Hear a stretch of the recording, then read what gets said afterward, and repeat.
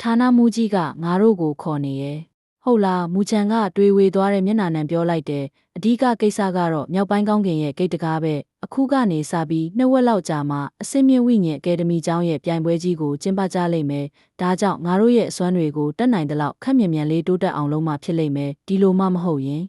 လော်လီကနူးညံ့စွာနဲ့ပြန်ဖြေလိုက်တဲ့အန်ဒီစကားလုံးကြောင့်မူချန်ရဲ့နူဘူးလဲအနှဲငယ်တွန်းလို့လာတဲ့မြောက်ပိုင်းကောင်းကင်ဝိညာဉ်အကယ်ဒမီကျောင်းကအစစ်မြင့်အကယ်ဒမီကျောင်း9 ခုထဲမှာစည်ရင်းဝင်နေပေမဲ့အောက်ဆုံးအဆင့်မှာသာရှိနေပါတယ်ပြီးခဲ့တဲ့နှစ်တွေတုန်းကတော့ဒီအဆင့်ကအစစ်မြင့်အကယ်ဒမီကျောင်း9 ရာထဲမှာထူးခြားမှုရှိတဲ့နောက်ဆုံးအဆင့်လို့ပြောလို့ရပါတယ်ဒီတစ်ချိန်တော့သူတို့သာကောင်းတဲ့ရလဒ်ကိုမယူနိုင်ခဲ့ရင်မြောက်ပိုင်းကောင်းကင်ဝိညာဉ်အကယ်ဒမီကျောင်းကအစစ်မြင့်အကယ်ဒမီကျောင်း9 ရစရင်တွေကနေဖယ်ရှားခြင်းခံရပါလိမ့်မယ်ဒါကနမီတစ်ခုသာဖြစ်ပေမဲ့လည်းတခြားဝိညာဉ်အကယ်ဒမီကျောင်းတွေရဲ့အပြစ်ပြောစရာတစ်ခုဖြစ်လာပါလိမ့်မယ်တွားကြဆိုခေါင်းလေးကိုညှိရင်မူချန်ကလော်လီရဲ့လက်လေးကိုစုပ်ကင်ကမြောက်ပိုင်းကောင်းကင်ဝိညာဉ်အကယ်ဒမီကျောင်းရဲ့အလဲတဲ့ကခမ်းမကြီးစီကိုပြေးထွက်လို့သွားတယ်မိနစ်အနည်းငယ်ကြာပြီးချိန်မှာတော့မူချန်နဲ့လော်လီကခမ်းမကြီးတဲ့စီကိုရောက်ရှိလို့သွားတယ်ခမ်းမအတွင်းထဲမှာတော့ရှန်ဆန်းရှန်းလီရှုပ်တုံးဆုရွှေဟီရောက်ကြောင်းချင်းရှမ်းနဲ့တခြားကောင်းကင်အစင်တန်းကိုရောက်ရှိနေကြတဲ့လူတွေကရှိလို့နေတယ်ဒါပြင်သူတို့ရဲ့အထက်မှာတော့ဌာနမှူးကြီးထိုက်ဆန်မြောက်ပိုင်းပင်လယ်နဂါးနဲ့ကောင်းကင်ထိုင်ကုန်ပေါ်မှာထိုင်နေကြတဲ့အကြီးအကဲ9 ယောက်ကရှိလို့နေကြတယ်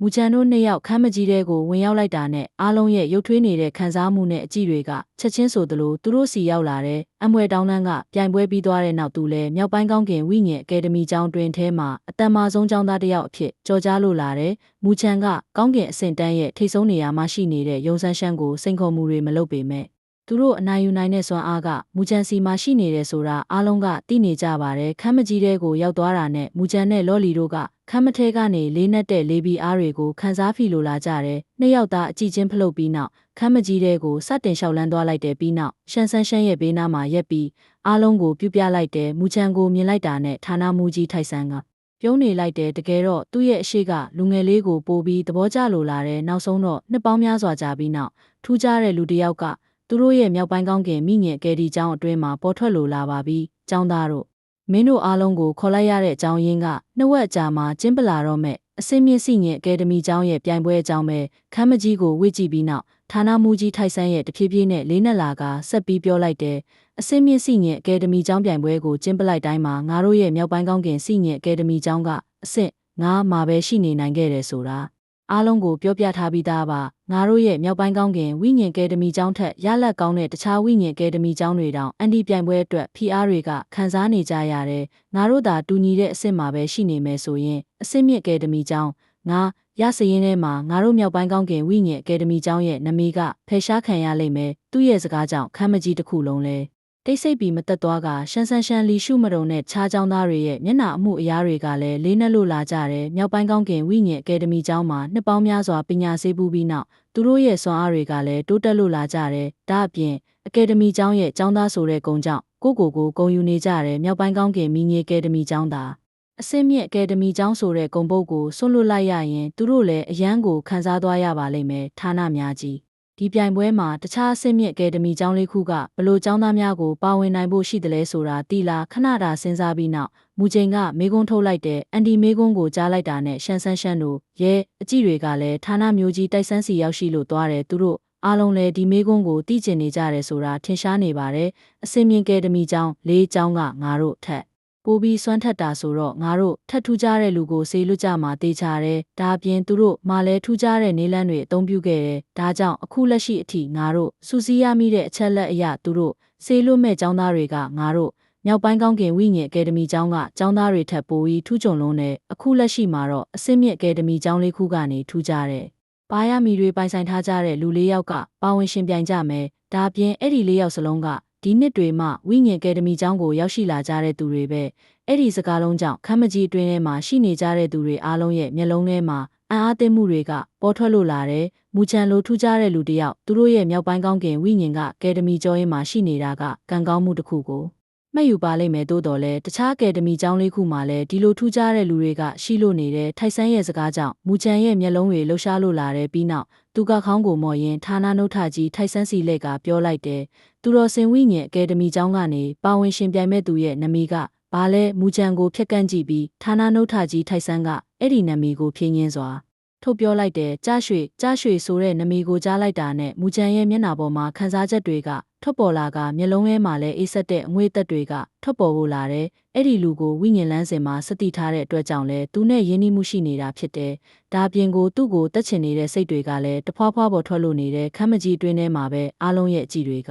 မူချန်စီရောက်ရှိလို့သွားတယ်သူ့ရဲ့မျက်နှာပေါ်စွမ်းအားအရှိန်ဝါတွေထွက်ပေါ်မလာပေမဲ့လည်းသူ့ရဲ့ကိုယ်ထဲကနေလူသက်ချင်တဲ့စိတ်တွေထွက်ပေါ်နေတာကိုအားလုံးကခံစားမိလိုက်ကြတယ်ဒီလိုအံ့အားသင့်စရာကောင်းတဲ့စိတ်တွေကမူချန်စီကထွက်ပေါ်လာတဲ့အတွက်ကြောင့်အားလုံးကလည်းမူချန်တယောက်သူတော်စင်ကယ်ဒမီကျောင်းကကြိုရှုခန့်ကိစ္စတချို့ရှိနေလိမ့်မယ်လို့တွေးမိသွားကြတယ်လက်လေးကိုဆန်တန်းရင်လောလီကမူချန်ရဲ့လက်ကိုတိတ်မွေ့စွာဆုပ်ကိုင်လိုက်တဲ့ချစ်စရာကောင်းပြီးနူးညံ့လုံးနဲ့ထိတွေ့မှုကြောင့်မူချန်ရဲ့စိတ်တွေလည်းတဖြည်းဖြည်းနဲ့ပြင်းသက်လို့လာတယ်ပြီးနောက်အားလုံးကိုတောင်းပန်တဲ့အပြုံးနဲ့ပြုံးကသူ့ရဲ့အမှုအရာကိုလည်းမူလပုံစံအတိုင်းတဖြည်းဖြည်းနဲ့အားလုံးကခံစားမိလိုက်ကြတယ်ဒီလိုအံ့အားသင့်စရာကောင်းတဲ့စိတ်တွေကမူချန်စီကထွက်ပေါ်လာတဲ့အတွက်ကြောင့်အားလုံးကလည်းမူချန်တယောက်သူတော်စင်ကယ်ဒမီကျောင်းကကြိုရှုခန့်ကိစ္စတချို့ရှိနေလိမ့်မယ်လို့တွေးမိသွားကြတယ်လက်လေးကိုဆန်တန်းရင်လောလီကမူချန်ရဲ့လက်ကိုတိတ်မွေ့စွာဆုပ်ကိုင်လိုက်တဲ့ချစ်စရာကောင်းပြီးနူးညံ့လုံးနဲ့ထိတွေ့မှုကြောင့်မူချန်ရဲ့စိတ်တွေလည်းတဖြည်းဖြည်းနဲ့ပြင်းသက်လို့လာတယ်ပြီးနောက်အားလုံးကိုတောင်းပန်တဲ့အပြုံးနဲ့ပြုံးကသူ့ရဲ့အမှုအရာကိုလည်းမူလပုံစံအတိုင်းတဖြည်းဖြည်းနဲ့ပြောင်းလဲလိုက်တဲ့သို့တော်လဲ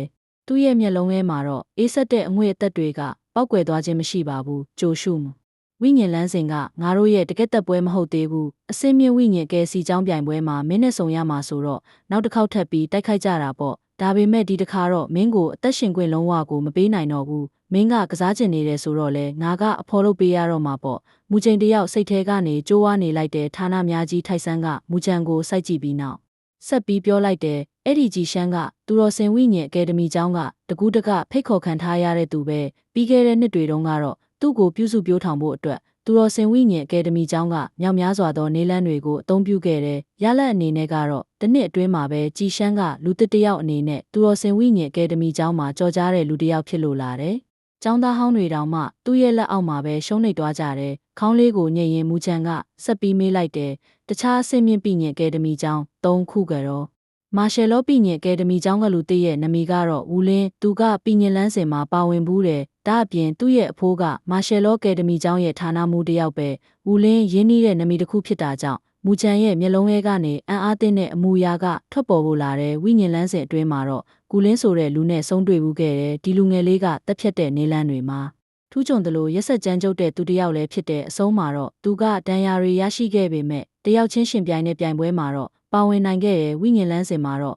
မူချန်ကသူနဲ့ရှင်ဆိုင်ခဲ့ရတယ်။သူတို့နှစ်ယောက်ကြားမှာရန်ညိုးရန်စတွေမရှိတဲ့အပြင်ဆုံးရှုံးမှုတချို့ကိုလည်းခံစားမိလိုက်ကြတယ်။နှစ်ကြိမ်သုံးကြိမ်လောက်တိုက်ခိုက်ပြီးတဲ့နောက်မှာတော့သူတို့နှစ်ယောက်မိတ်ဆွေအဖြစ်အချင်းချင်းမတတ်မှတ်ကြပေမဲ့ယင်းနှီးချမ်းဝင်တော့ရှိခဲ့ကြတဲ့ဝိညာဉ်လန်းစဉ်မှာတဲ့ကဝူလင်းရဲ့အစွမ်းကိုမူချန်ကသိနေတဲ့အတွက်သူ့ရဲ့အစွမ်းဆောက်ကိုတန်တရားမဖြစ်ပါဘူးသို့တော်လဲမာရှယ်လောဝိညာဉ်အကယ်ဒမီကျောင်းရဲ့ဌာနများကသူ့ရဲ့အဘိုးဖြစ်လိမ့်မယ်လို့မူချန်တယောက်လုံးဝကိုထင်မှတ်မထားမိခဲ့ပါဘူးဒီလိုမျိုးနောက်ခံအင်အားကိုပိုင်ဆိုင်ထားတာတောင်မှရက်ဆက်ကြမ်းကြုတ်မှုတွေပြီးွားတဲ့ဝိညာဉ်လန်းစဉ်လို့နေရာမျိုးကိုတောင်ဝင်ရောက်ရဲသေးတယ်ဒီလိုထူးခြားတဲ့အပြုအမူကြောင့်သူကတာမန်လူတယောက်မဟုတ်ဘူးဆိုတာပေါ်လွင်နေပါတယ်မိုးပြရောင်ကောင်းကင်ဝိညာဉ်အကယ်ဒမီကျောင်းကလူတစ်လေးနာမည်ကတော့လူချင်းရံပဲသူကဝိညာဉ်လန်းစဉ်မှာပါဝင်ခြင်းမရှိပေမဲ့ဝိညာဉ်လန်းစဉ်မှာပါဝင်တဲ့လူတွေထက်တော့အစွမ်းမနှိမ်ဘူးဘာကြောင့်လဲဆိုတော့သူကထောင်းတောင်းမကတော့ကမာပြကမြေတွင်းတွေကလေဝိညာဉ်မျိုးနွယ်ကနေလာတဲ့အတွက်ကြောင့်ပဲ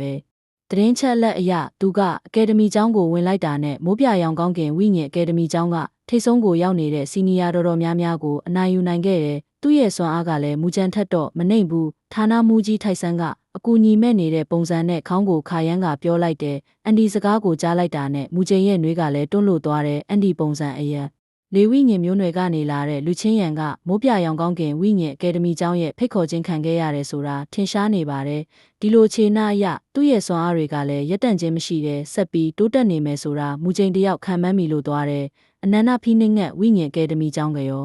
ရှန်ဆန်းရှန်းကရုတ်တရက်မေးလိုက်တဲ့အစင်းမြင့်ဝိညာဉ်အကယ်ဒမီကျောင်းငါရှေမှာအနန္တဖိနှိမ့်ငတ်ဝိညာဉ်အကယ်ဒမီကျောင်းထူးဆန်းတဲ့ကျောင်းတော်တစ်ခုဖြစ်တယ်လို့အမျိုးသမီးတွေကိုသာလက်ခံတဲ့အတွက်တခြားအကယ်ဒမီကျောင်းတွေအတွက်တော့ထူးခြားလို့နေတယ်တိုးတော်လဲသူတို့အားလုံးကရှင်ရောက်လွန်းတဲ့အမျိုးသမီးတွေဖြစ်ကြတဲ့အတွက်ဘသူကမှသူတို့ကိုအထင်မသေးရဲကြပါဘူးအနန္တဇီးနှိမ့်ငတ်ဝိညာဉ်အကယ်ဒမီကျောင်းဟာအဲ့ဒီကျောင်းကလူတစ်လေးကလည်းဝိညာဉ်လန်းစဉ်မှာပါဝင်ဘူးတယ်ဒါအပြင်ဝိညာဉ်လန်းစဉ်မှာတော့သူမကကြော်ကြားမှုအရှိဆုံးလူတစ်ယောက်လည်းဖြစ်တယ်ဝိညာဉ်လန်းစဉ်ရဲ့နောက်ဆုံးပြိုင်ပွဲမှာသူမကအားလုံးကိုအနိုင်ယူနိုင်ပြီးတောင်ကုန်းဘရင်စုကိုရရှိခဲ့တယ်။ကြိုရှုမတုံအောင်မှအဲ့ဒီစုကိုမရယူနိုင်ခဲ့ဘူး။ဒါကလည်းကြိုရွှေကလော်လီကြောင့်တက်ရရသွားတဲ့အတွက်ပြိုင်ပွဲမှာရှုံးနိမ့်သွားခဲ့တာပဲ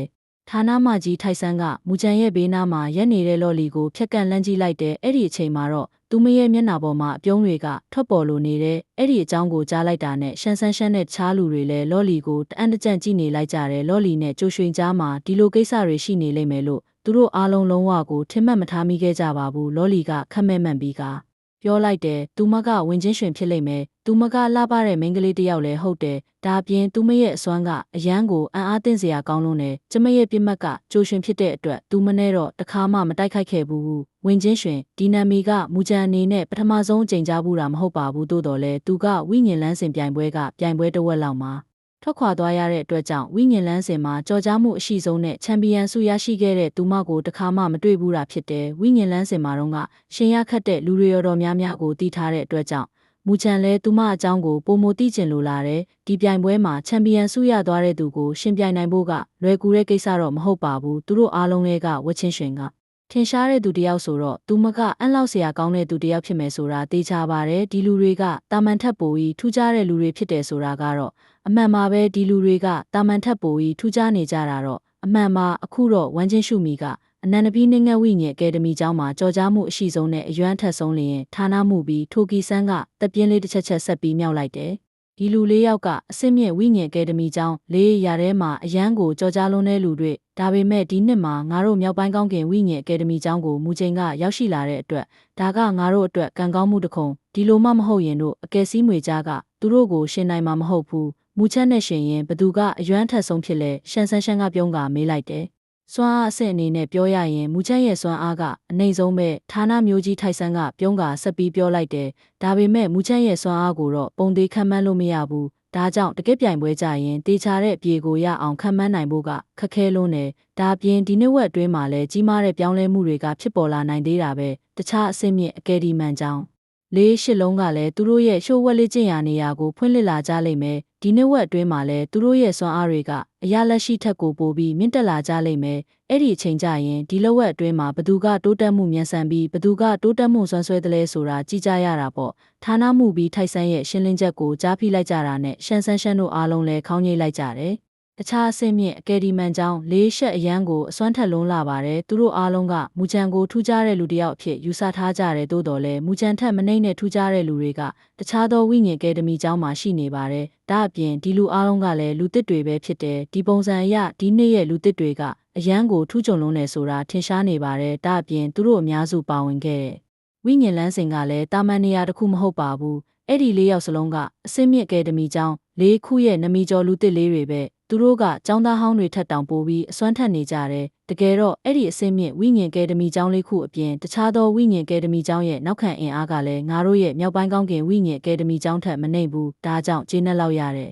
ရလက်ကိုရဖို့အတွက်ငါတို့အနေနဲ့အရန်ကိုခက်ခဲနေလိမ့်မယ်ဌာနမှုပြီးထိုက်ဆန်းကတပြင်းကြကပြောလိုက်တယ်ဌာနမှုပြီးဒီလိုကိစ္စတွေရှိတော့မြောက်ပိုင်းကောင်းကင်တကားကိုခက်စောစောလေးဖွင့်ပေးပါလားပြီးခဲ့တဲ့ရက်နှဲငယ်ကလေးကကျွန်တော်တို့အားလုံးကအဲ့ဒီနေရာကိုဝင်ရောက်ဖို့စိတ်တွေပြင်းပြနေတဲ့ရှန်ဆန်းရှန်းကတောက်ပတ်နေတဲ့မျက်လုံးတွေနဲ့ပြုံးကပြောလိုက်တယ်ပြီးခဲ့တဲ့ရက်အနှဲငယ်တုန်းကမူချန်ရဲ့လက်ချက်ကြောင့်မိုရှင်းတိန်တယောက်ကံကုန်သွားတဲ့မြင်ကွင်းကိုကြည့်ရင်အရန်ကိုအံ့အားသင့်လို့သွားတယ်ဒါအပြင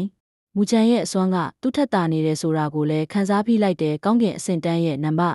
တယောက်အနေနဲ့သူ့ထက်တခြားလူတွေတာသွားဖွားကိုတော့မလိုလားပါဘူးဒါကြောင့်မြောက်ပိုင်းကောင်းကင်တကားစီကိုဝင်ရောက်ခြင်းစိတ်တွေပြင်းပြနေတာဖြစ်တယ်အဲ့ဒီအချိန်မှာပဲလီရှုမရုံနဲ့တခြားကျောင်းသားတွေလည်းတောက်ပနေတဲ့မျက်လုံးတွေနဲ့ဌာနမျိုးကြီးထိုက်ဆန်းကိုကြည့်လိုက်ကြတဲ့အစစ်မြစ်အကယ်ဒမီကျောင်းပြိုင်ပွဲကျင်းပမဲ့ရက်ကလည်းနှစ်ဝက်တာလိုပါတော့တယ်ဒါကြောင့်သူတို့အားလုံးလည်းဒီပြိုင်ပွဲမှာရုံးနေမသွားအောင်အစွမ်းကုန်စူးစမ်းပြင်ဆင်နေကြတာပဲဖြစ်တယ်အရှိကကျောင်းသားတွေကိုကြည်ရင်ဌာနနှုတ်ထာကြီးထိုက်ဆန်းကဝမ်းသာနေတဲ့အပြုံးနဲ့ပြုံးကခေါင်းညိတ်ပြီးပြောလိုက်တယ်ကောင်းပြီးတင်လျော်တဲ့ပြင်ဆင်မှုအားလုံးကိုငါတို့လုပ်ပြီးသွားပြီးမနှက်ဖြန်ကနေစားပြီးမြောက်ပိုင်းကောင်းကင်တကားကိုတရားဝင်ဖွင့်ပေးလိုက်မယ်ဌာနနှုတ်ထာကြီးထိုက်ဆန်းရဲ့ကြီးညာချက်ကိုကြားလိုက်တာနဲ့အားလုံးလည်းချက်ချင်းဆိုသလိုစိတ်လှုပ်ရှားလူလာကြတဲ့ကြီးညာချက်ကိုကြားလိုက်တာနဲ့မူကြံလဲပါဆက်ဟောင်းသားဖြစ်လို့သွားတယ်သူလည်းမြောက်ပိုင်းကောင်းကင်တကားဆိုတဲ့အရာကိုအရန်ကိုသိကျင်နေတာပဲဖြစ်တယ်အခုအချိန်မှာတော့သူ့ရဲ့စွမ်းအားအဆင့်ကအရန်ကိုနှိမ့်နေပါတယ်မိုရှင်းတိန်ကိုတက်ပစ်နိုင်ခဲ့ပေမဲ့သူလည်းကြီးမားတယ်ပေးဆက်မှုကိုလုပ်ရပါတယ်ပြိုင်ဘက်နဲ့ရှင်ဆိုင်တိုင်းဒီလိုရလဒ်မျိုးနဲ့အဆုံးသတ်ရရင်နောက်ပိုင်းမှာသူ့အတွက်ကြီးမားတဲ့ပြဿနာတွေဖြစ်ပေါ်လာနိုင်ပါတယ်ဒါကြောင့်အရေးကြီးဆုံးက သူ့ရဲ့စစ်မှန်တဲ့စွမ်းအားပဲဖြစ်တယ်တကယ်တော့အန်ဒီပြိုင်ဘက်တွေကလွယ်လွယ်နဲ့ရှင်လို့ရတဲ့လူစားမျိုးမဟုတ်ပါဘူးဒါအပြင်သူတို့အားလုံးကသူ့လိုပဲလျှို့ဝှက်နီးလန်းတွေကိုပိုင်ဆိုင်ထားကြပါတယ်ဒီလိုမျိုးခြေအနေသူ့ရဲ့စွမ်းအားတွေကပိုပြီးတိုးတက်ဖို့လိုအပ်နေတယ်လို့တွေးမိလိုက်တာပဲဖြစ်တယ်ဒါကြောင့်အစစ်မြင့်ဝိညာဉ်အကယ်ဒမီကျောင်းပြိုင်ပွဲမကျင်းပခင်မှာသူ့ရဲ့စွမ်းအားတွေထပ်ပြီးတိုးတက်ဖို့လိုအပ်နေပါတယ်ကောင်းကင်အဆင့်တန်းရဲ့ထိပ်ဆုံးတစ်ဆက်ရောက်အတွက်မြောက်ပိုင်းကောင်းကင်တကားကပွင့်လာလိမ့်မယ်ရုပ်ကြီးဆိုသလိုပဲမြောက်ပိုင်းပင်လယ်နဂါးရန်စကားတန်ကထွက်ပေါ်လိုလာတယ်သူကပတ်ပတ်လေကိုဝေ့ကြည့်ပြီးမူချန်စီကိုသူ့ရဲ့အကြည့်ကိုရက်ကာဆက်ပြီးမျောလိုက်တယ်မူချန်ဒီတခါတော့မင်းမြောက်ပိုင်းကောင်းကင်တကားကိုမဝင်သေးနဲ့သူ့ရဲ့စကားလုံးကြောင့်အားလုံးလဲအံ့အားသင့်လို့သွားကြတယ်မူချန်လဲပဲအန်ဒီစကားလုံးကြောင့်ပြက်ပွင်းနေတဲ့မျက်နှာပုံစံနဲ့မြောက်ပိုင်းပင်လယ်နဂါးကိုတအံ့တရှန်ကြည့်လိုက်တယ်အန်ဒီအချိန်မှာပဲမြောက်ပိုင်းပင်လယ်နဂါးရဲ့မျက်နှာပေါ်အပြုံးတစ်ခုကထွက်ပေါ်လို့လာတယ်အန်ဒီအပြုံးကြောင့်မူချန်ရဲ့စိတ်တွေကပိုမိုလှုပ်ရှားလို့လာတယ်ဒီနှစ်ဝက်အတွင်းငါမင်းကိုတီးတန့်လေးကျင့်ပေးမယ်အန်ဒီစကားလုံးကြောင့်မူချန်တယောက်မြောက်ပိုင်းပင်လယ်နဂါးကိုတအံ့တကြံကြည့်လိုက်တယ်မြောက်ပိုင်းနဂါးရဲ့အပြုံးကြောင့်မူချန်ရဲ့နှလုံးခုန်နှုံးကလည်းမြင့်တက်လို့လာတဲ့စကအကြာမှာတော့မူချန်ကမြောက်ကပ်နေတဲ့အတန်နဲ့ရေမောကပြောလိုက်တယ်ဒါကတော့တိတ်မကောင်းဘူးတင်တယ်ကျွန်တော်တို့ရဲ့မြောက်ပိုင်းကောင်းကင်မီငေကယ်ဒမီကျောင်းကကျောင်းသားတယောက်ကိုတီးတန့်တင်ပေးလေမရှိဘူးမဟုတ်လားကျွန်တော်ကိုဒီလိုမျိုးခွင့်ရေးပေးတာကတိတ်ပြီးမသိလျော်ဘူးတင်တယ်မူချန်ရဲ့ပြန်လည်ဖြေကြားချက်ကိုကြားလိုက်တာနဲ့မြောက်ပိုင်းပင်နယ်နဂါးကဆက်ဆံနဲ့ပြန်ပြောလိုက်တယ်ဘာကြောင့်လဲဆိုတော့ဒီဖွဲ့ထဲမှာမင်းရဲ့စွမ်းအားအဆင့်ကအနှိမ့်ဆုံးပဲမြောက်ပိုင်းကောင်းကင်တကားရဲ့အပြင်ဘက်ကအဆင့်၈မီငေဟုန်တားရဲ့အစီမံကြောင့်မင်းလဲကောင်းမွန်တဲ့ရလဒ်ကိုရရှိနိုင်တယ်ဒါပေမဲ့မြင့်မားတဲ့ရလဒ်ကိုရဖို့ကအရန်ကိုခက်ခဲလွန်းတယ်ဒါကြောင့်ငါရဲ့အမိန့်ကိုနာခံရင်ရပြီးမင်းသာအမွယ်ဝိညာဉ်တောင်တန်းမှာထူးခြားမှုကိုမထုတ်ပြနိုင်ခဲ့ရင်ငါလဲမင်းကိုဂယုစိုက်နေမှာမဟုတ်ဘူးအန်ဒီစကားလုံးကြောင့်အားလုံးလဲပြုံးလို့သွားတယ်ရှန်ဆန်းရှန်းကမူချန်ရဲ့ပန်းကိုပုတ်ကပြောလိုက်တယ်မြောက်ပိုင်းနဂါးသခင်ကြီးကမင်းကိုတွန်းအားပေးနေပြီဆိုတော့မင်းလဲဒီလေးကျင့်မှုကိုလက်ခံတင်ပြီးဒါပေမဲ့နှစ်ဝက်ကြာလို့ငါတို့ကမြောက်ပိုင်းကောင်းကင်တကားကနေထွက်လာတဲ့အခါမှာမင်းရဲ့အစွမ်းကငါတို့ထက်နှိမ့်နေတော့မဲဆိုရင်တော့မင်းကိုပညာပေးရလိမ့်မယ်အဲ့ဒီခါကျရင်တော့ငါတို့ကိုအပြစ်မတင်နဲ့ပေါ့ကွာသူတို့အားလုံးလည်းမင်းကိုပညာပေးကြမှာတေချာတယ်အဲ့ဒီအချိန်တွင်းမှာပဲလီရှိတုံးဟီရောက်ចောင်းချင်းရံနဲ့တခြားသောចောင်းသားတွေရဲ့မျက်လုံးတွေကလည်းမျောလင်းချက်နဲ့အတူပိုမိုတော့ပလိုလာတဲ့အဲ့ဒီပုံစံအရဒီနှစ်အတွင်းမှာသူ့ရဲ့တိုးတက်မှုနှုန်းကအားလုံးရဲ့စိတ်ထဲမှာဆွဲထင်နေတယ်ဆိုတာပေါ်လွင်နေပါတယ်တခြားတစ်ဖက်မှာတော့ရရှင်ကအပြုံးတွေနဲ့သူ့ကိုကြည့်လို့နေတဲ့ခါသေးစွာရဲမောပြီးနောက်မူချန်ကခေါင်းကိုခါရမ်းကသူတို့ကိုလစ်လျူရှုလိုက်တယ်ပြီးနောက်သူ့ရဲ့ဘေးနားကလော်လီလေးကိုကြည့်ပြီးချီနှံနေတဲ့အတန်နဲ့ပြောလိုက်တယ်ဒီအတိုင်းဆိုရင်ကိုတို့နှစ်ယောက်နှစ်တက်လောက်ခွဲနေရလိမ့်မယ်ထင်တယ်မူချန်ရဲ့စကားလုံးကြောင့်လော်လီလေးရဲ့ချစ်စရာကောင်းတဲ့မျက်နှာပေါ်မှာပန်းနေတို့ကချက်ချင်းဆိုသလိုတန်းလို့လာတယ်ပြီးနောက်သူမကမူချန်ရဲ့လက်ကိုညင်သာစွာကင်ပြီးပြန်ဖြေလိုက်တယ်ဘာမှဖြစ်ပါဘူးဒီຢာကကိုအတွက်အကောင်းဆုံးຢာပဲချစ်ကကိုအနားမှာမရှိတော့ကိုလဲအနောင်ရှက်မဖြစ်တော့ဘူးပေါ့ဒါပေမဲ့ပေါ်စလို့တော့မရဘူးနော်ဒီလိုမှမဟုတ်ရင်အားလုံးကကိုသင်ခန်းစာပေးကြလိမ့်မယ်သူမရဲ့ပြန်လဲဖြေကြားချက်ကိုကြားလိုက်တာနဲ့မူချန်ကအကူညီမဲ့စွာရေမောလိုက်တယ်ဒါပြင်သူ့ရဲ့စိတ်ထဲမှာဒီအားတချို့ကိုခံစားနေရပါတယ်တကယ်တော့မြောက်ပိုင်းကောင်းကင်တကားကအတွင်းအားလေးခြင်းဖို့အတွက်အကောင်းဆုံးနေရာတစ်ခုပဲဖြစ်တယ်ကောင်းပြီအားလုံးပဲမနှက်ဖြန်ကြရင်မြောက်ပိုင်းကောင်းကင်တကားကိုဖျက်ကျော်ဖို့အတွက်အရင်ဆုံးပြန်ပြီးပြင်ဆင်ထားကြမင်းတို့အားလုံးကအဲ့ဒီထဲကိုရောက်သွားတာနဲ့နှစ်ဝက်လောက်ကြာမှပြန်ပြီးထွက်လာနိုင်လိမ့်မယ်ဌာနမူကြီးထိုက်ဆန်းကလက်ကိုဝေရန်ကပြောလိုက်တယ်ဟုတ်ကဲ့ဌာနမူကြီးရဲ့စကားကိုကြားလိုက်တာနဲ့အားလုံးကချက်ချင်းဆိုသလိုပြန်လဲဖြေကြားကခမ်းမကြီးတဲကနေလှည့်ထွက်သွားကြတယ်ခမ်းမထဲကနေထွက်ခွာသွားတယ်ကျောင်းသူကျောင်းသားတွေကိုကြည့်ပြီးဌာနမူကြီးထိုက်ဆန်းကတပြင်းကြကပြောလိုက်တယ်ငါတို့ရရှိထားတဲ့သတင်းချက်လက်အရာအစင်းမြင့်ကယ်ဒီကျောင်းငါရထဲမှာငါတို့ရဲ့ကျောင်းကအောက်ဆုံးရောက်နေမှာကိုစိုးရိမ်ပါတယ်ဘလို့ပဲဖြစ်ဖြစ်ဒီနှစ်ဝက်အတွင်းသူတို့အားလုံးရဲ့တိုးတက်မှုကိုအရင်ဆုံးစောင့်ကြည့်ကြတာပေါ့မြောက်ပိုင်းနဂါးကမူချန်ကိုမြောက်ပိုင်းကောင်းကင်တကားစီတကယ်မသွားစေချင်တာလားခေါင်းလေးကိုညှိပ်ပြီးမြောက်ပိုင်းပင်လယ်နဂါးကပြန်ဖြေလိုက်တယ်မြောက်ပိုင်းကောင်းကင်တကားမှာမြောက်များစွာသောဝိညာဉ်စွမ်းအားတွေရှိနေရဲ့မဲ့အထူးသဖြင့်မူချက်နံတော့တင့်လျော်မှုမရှိဘူးဒီနှစ်ဝက်အတွင်းမှာငါတို့ကိုတာဝန်ယူပြီးလေ့ကျင့်သင်ကြားပေးမယ်ဒါမှလည်းသူ့ရဲ့စွမ်းအားတွေကပိုပြီးတိုးတက်လာမှာဒီလိုဆိုတော့လေဒီကိစ္စအတွက်မြောက်ပိုင်းနဂါးကိုပဲအကူအညီတောင်းရတော့မယ်မြောက်ပိုင်းပင်လယ်နဂါးရဲ့ထောက်ပြမှုကိုနားထောင်ပြီးတာနဲ့ဌာနမူကြီးထိုက်ဆန်းလဲစိတ်သက်သာရာရသွားတယ်ဒီနှစ်ဝက်အတွင်းထဲမှာမြောက်များစွာသောအစင်းမြင့်စွာညီကယ်မီကျောင်းကအစွမ်းထက်တဲ့ကျောင်းသားတွေကလည်းသူတို့ရဲ့စွမ်းအားတွေပိုပြီးတိုးတက်အောင်လှုပ်ဆောင်ကြမှာတေချာပါတယ်ဒါအပြင်ဒီပြိုင်ပွဲကလည်းအကယ်ဖီကျောင်းတစ်ခုရဲ့ဂုဏ်ပုံနဲ့လည်းသက်ဆိုင်နေပါတယ်ဒါကြောင့်ဒီပြိုင်ပွဲမှာမပါဝင်သည်ဖြစ်စေကြာရှုံးသွားရင်ချစ်စေအားလုံးရဲ့အောက်ဆုံးနေရာမှာရောက်ရှိသွားပါလိမ့်မယ်နောက်တစ်နေ့မှာတော့ ခမ်းမကြီးထဲမှာပဲဌာနနှုတ်ထန်ထိုက်ဆန်းကရောက်ရှိလာတဲ့ရှန်ဆန်းရှန်လီရှန်ထုံလော့လီနဲ့တခြားသောចောင်းသားတွေကိုကြီးလိုက်တဲ့ပြီးနောက်ခေါင်းလေးကိုညှိတ်ကာလက်ကိုဝှေ့ပြရင်မြောက်ပိုင်းကောင်းကင်ဝိညာဉ်အကယ်ဒမီကျောင်းရဲ့အတွင်းနက်ပိုင်းစီရှေ့ကနေဥဆောင်ကသွားလိုက်တဲ့မူချန်ကမြောက်ပိုင်းကောင်းကင်တကားတွေကိုဝင်ရောက်ဖို့အစီအစဉ်မရှိပေမဲ့လည်းအနောက်ကနေတော့လိုက်သွားလိုက်တယ်အဓိကအကြောင်းရင်းကတော့လော်လီကိုပို့ဖို့ဖြစ်ပြီးနောက်တစ်ချက်ကတော့မြောက်ပိုင်းကောင်းကင်တကားကိုစိတ်ဝင်စားနေရကြောင်းဖြတ်အစ်တယ်။သူတို့အဖွဲ့ရဲ့သွားနှုန်းကအရန်ကိုမျက်စံလုံးတာကြောင့်မိနစ်အနည်းငယ်အတွင်းမှာပဲမြောက်ပိုင်းကောင်းကင်ဝိညာဉ်အကယ်ဒမီကျောင်းရုံအတွင်းနှစ်ပိုင်းစီရောက်ရှိလို့သွားတဲ့လမ်းလျှောက်မှာတော့တစ်ပင်တွေနဲ့ပြည့်နှက်နေပေမဲ့တိတ်သေးတဲ့မြူမုံတွေကတော့ပဝန်းကျင်တစ်ခုလုံးကိုဖုံးလွှမ်းလို့ထားတဲ့ဒီနေရာမှာရှိနေတဲ့ဝိညာဉ်စွမ်းအားအရှိန်ဝါကလည်းအရန်ကိုထူထပ်ပြီးပြင်းထန်လွန်းလာတဲ့မြူမုံပိုကြီးထူထပ်တဲ့နေရာကိုရောက်သွားတဲ့အခါမှာတော့ဌာနမှူးကြီးထိုက်ဆန်းကလက်ကိုလေးရန်ကအားလုံးကိုရက်တန့်ဖို့အချက်ပြခဲ့တဲ့အဲ့ဒီချိန်မှာပဲလိုင်းကရက်တွေကအကြည်လက်စကနေထွက်ပေါ်လာကပတ်ဝန်းကျင်မှာလဲရေဝံပုံစံလေးမုန်တိုင်းတစ်ခုကထွက်ပေါ်လို့လာတဲ့ရုပ်ကြီးဆိုသလိုပဲအရှိမလိုင်းတွန်းတစ်ခုကလင်းမြန်စွာထွက်ပေါ်လာက